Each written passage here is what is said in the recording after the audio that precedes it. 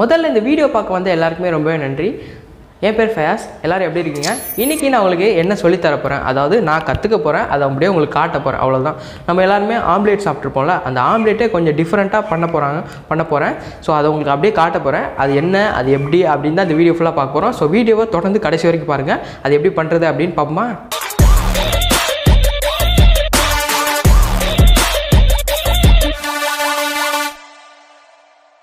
Okay guys, இப்போ நம்ம வந்து ஆம்லேட்டுக்கு என்னென்ன தேவை அப்படிங்கிறத பார்க்க போகிறோம். ஃபஸ்ட்டு நான் ஒரு 3 முட்டை எடுத்திருக்கேன். 3 முட்டை எடுத்திருக்கேன். வேறு என்ன தேவைப்படும் அப்படின்னு கேட்டிங்கன்னா, வேறு எதுவுமே தேவைப்படாது. கொஞ்சோண்டு சால்ட்டும் கொஞ்சோண்டு பெப்பரும் எடுத்துக்கிறோம். அப்புறம் இதை மிக்ஸ் பண்ணுறதுக்கு ஒரு 2 பவுல் எடுத்துக்க போகிறோம்.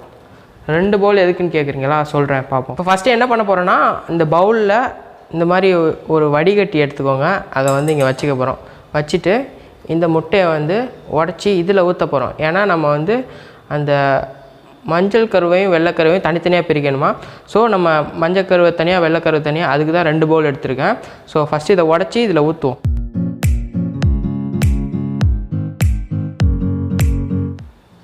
இதை ஊற்றிட்டு நம்ம இந்த எல்லோ கலர் அதை மட்டும் தனியாக எடுத்துக்குவோம்.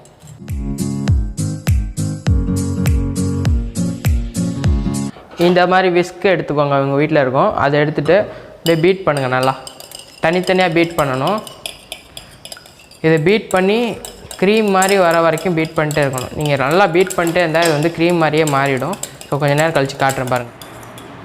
ஸோ இந்த மாதிரி வரணும் மிக்ஸ் பண்ணால், பார்த்துக்கோங்க. அதே மாதிரி சேம் அந்த மஞ்சள் கருவை நம்ம வந்து பீட் பண்ணணும். சரி, நல்லா பீட் பண்ணிட்டே இருந்தீங்கன்னா இதே மாதிரி வரும். கொஞ்சம் கன்சிஸ்டன்சியாக வரணும். 2ஐயும் பீட் பண்ணிட்டோம். இப்போ வந்து என்ன பண்ண போகிறோன்னா, இது 2ஐயும் ஒன்றா மிக்ஸ் பண்ண போகிறோம்.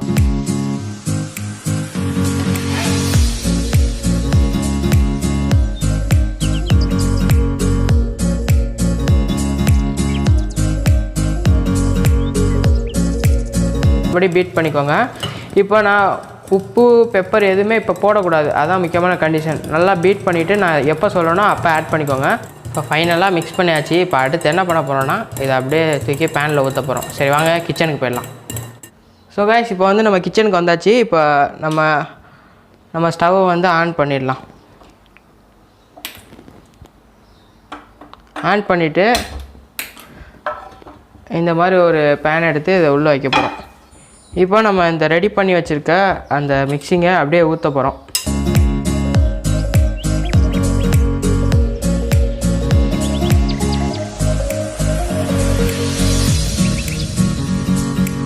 அடுப்பை ஸ்லோவில் வச்சுருக்கேன். ஸ்லோவில் வச்சுட்டு கொஞ்சோண்டு எண்ணெய் ஆட் பண்ண போகிறேன்.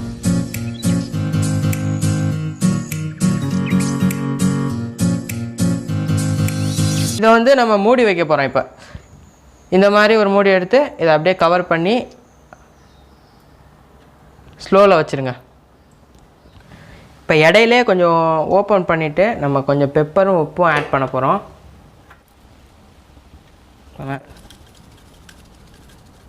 திரும்ப மூடி வச்சிடறேன்.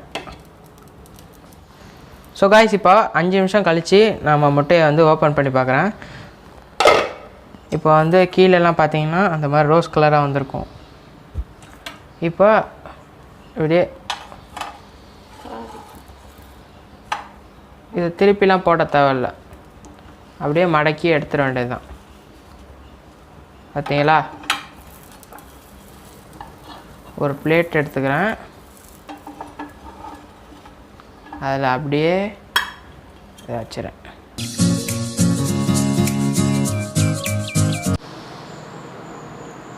இப்போ இதை வந்து டேஸ்ட் பண்ணி பார்ப்போம்.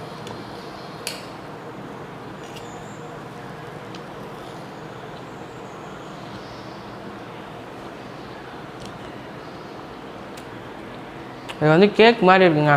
ஏன்னா நம்ம இந்த முட்டை ஊற்றி தானே கேக் பண்ணுவோம். அதில் கேக் பண்ணால் எப்படி இருக்குமோ அந்த டேஸ்ட்டில் இருக்குது. நீங்கள் இதில் வேணால் சர்க்கரையும் ஆட் பண்ணிக்கிறீங்க, இன்னும் டேஸ்ட்டாக இருக்குன்னு நினைக்கிறேன். ஸோ அவ்வளோதான், இந்த வீடியோ முடிஞ்சிச்சு. இந்த வீடியோ பிடிச்சிருந்துச்சின்னா லைக் பண்ணலாம், ஷேர் பண்ணலாம். இந்த வீடியோ பற்றி உங்களோட கமெண்ட்ஸை மறக்காமல் கீழே கமெண்ட் பாக்ஸில் பதிவு பண்ணுங்கள். நம்ம சேனலை சப்ஸ்கிரைப் பண்ணணும் அப்படின்னு நினச்சிங்கன்னா மறக்காமல் சப்ஸ்கிரைப் பண்ணிவிட்டு அந்த பெல் பட்டனை மறக்காமல் கிளிக் பண்ணிடுங்க.